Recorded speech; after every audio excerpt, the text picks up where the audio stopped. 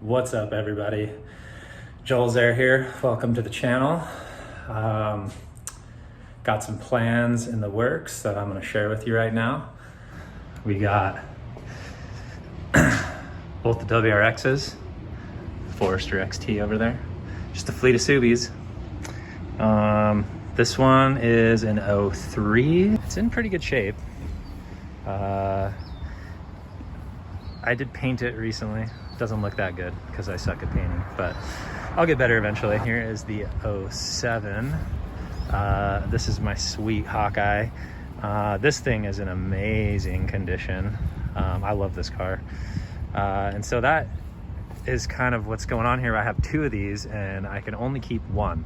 Got to sell one of them. But before I do that, I have a bunch of changes that need to be made. I have decided to keep the Hawkeye, keep the 07. It's a better car. It's just in better shape overall. It's been garaged for most of its life. So that's the one I'm going to be keeping.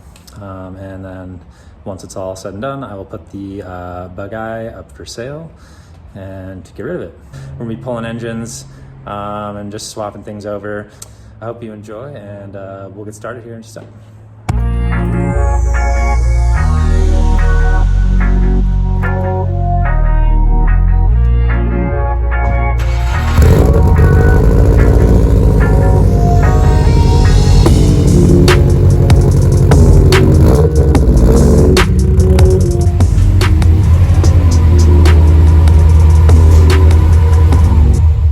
All right, let me show you what's underneath the hood here. Basically, we're going to be pulling the Koyorad. SPT intake will stay on here since I have a Cobb intake on the other car. We'll be taking the Process West. We'll be taking that Grimspeed bypass valve, as well as the big boy fuel pressure regulator. You can see back there, there's our Blausch turb ski. That thing's awesome. So we'll be putting that on the other car as well. So yeah, we'll start breaking this down. I'm going to hopefully have it to the point where I can pull the engine today.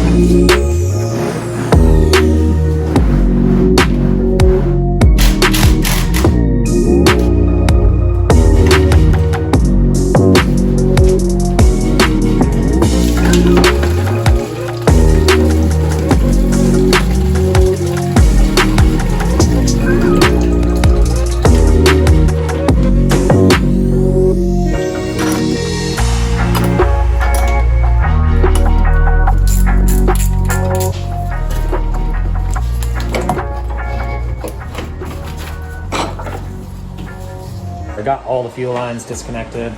All the wiring that needed to be disconnected, I got unplugged. And worked on getting the downpipe right here unbolted, and now I'm gonna go underneath and we're gonna pull that bad boy off there and start disconnecting the exhaust. Right here, you can see where the bolts are. There was one right there that I took off from up top, and these two here, these are 14, these take 14 mil nuts. Disconnect the exhaust right there from the mid pipe. Otherwise you won't be able to pull it off the stud, so we're gonna do that now. So it's just two 14s, just crack them loose.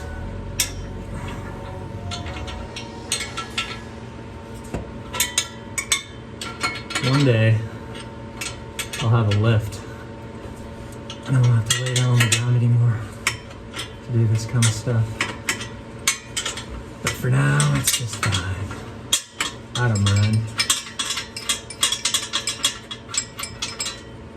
So I love doing this stuff anyways. Probably should have done this before I loosened it, but too late.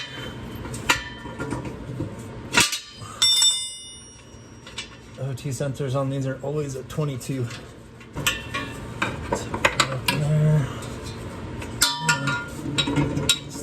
Probably just slide right out. Yep. Just like that. There she is. All right, so I had to change my shirt. Laying on the ground too much in a tank top, scraping on my back. Anyway, I did a lot of work off camera. So this is the starter. It inserts this way, and there's a hole for it right here in the back of the bell housing. And there's bolts that hold it like up here, and then one right down there. Basically, I recommend taking that out first because it kind of frees up some room to reach the rest of them that kind of line the outside of the bell housing down there. And then you can reach them from the top. I recommend just getting them all from the top. It's way easier than trying to like finagle your hands behind the axles and stuff. Now you don't have to like actually pull the axles off the transmission. You can leave them intact if you don't need to like remove them. So it makes it a little easier. And then the same on this side. This side you have the turbo in the way, so you kind of have to like reach in there blindly and like feel them, but you can still get to them with a ratchet. It's really not that bad. I did it with a ratchet and just like a stubby socket. So back underneath the car here, I'll just show you, just so you have reference. There's the front, got your oil pan, your oil filter. The engine mounts are right there, so that's one right there. If you come underneath, you can see where it's attached to the subframe right here. So you just loosen this on this side, and loosen this one on this side, and that'll free you up.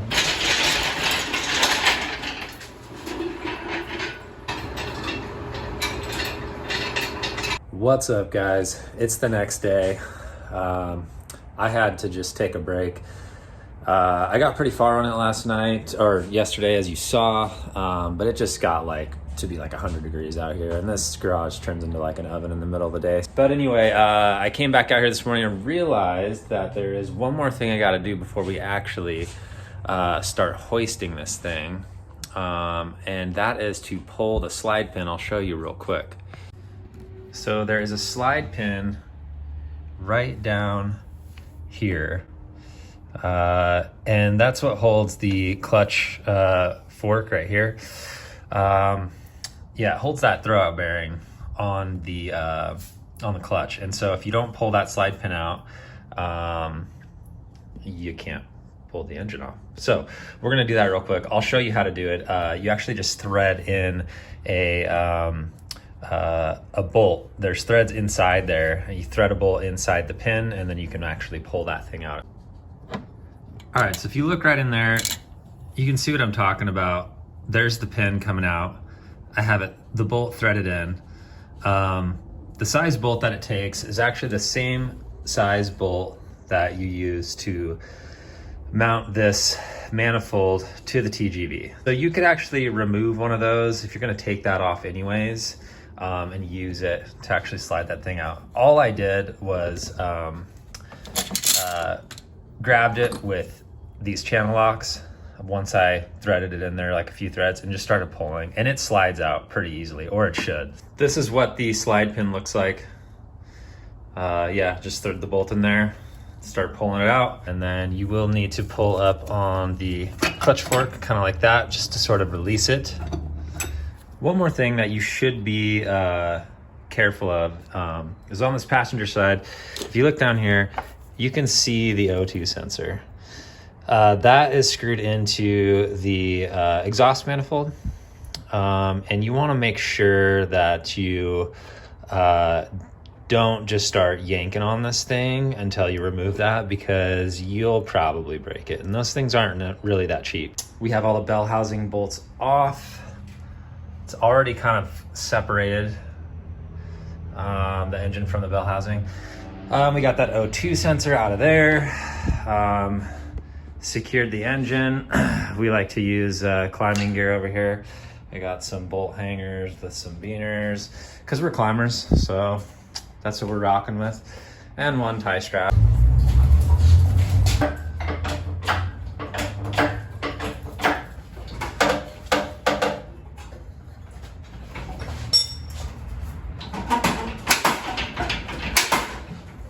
This is a point where you gotta be kind of rough with it. One more thing that I almost forgot to do. Under here, underneath the car, there's the front, there's the transmission. There are these transmission mounts, the nuts right here and here. You can see the transmission mount right there. I almost forgot to loosen those. Loosening those will allow the transmission to have enough play to get those studs out. So I'm gonna do that now, and then we'll keep trying. Boom. Just like that. Stoked. Almost forgot to disconnect these boost lines. Oops.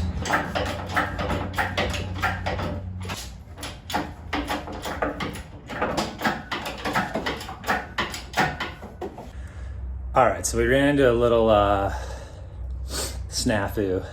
I want to show you, because I like to show the struggle. Sometimes you gotta make little adjustments, so I'm gonna show you what happened here. So my hoist is maxed out, but we're not clearing right here.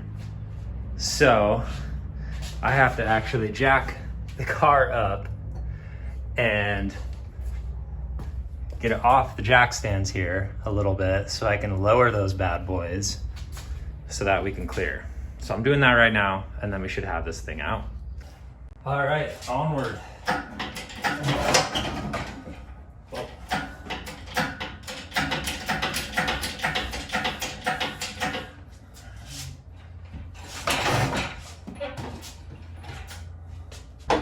All right. And there you have it, folks. I've removed the EJ. Long block intact.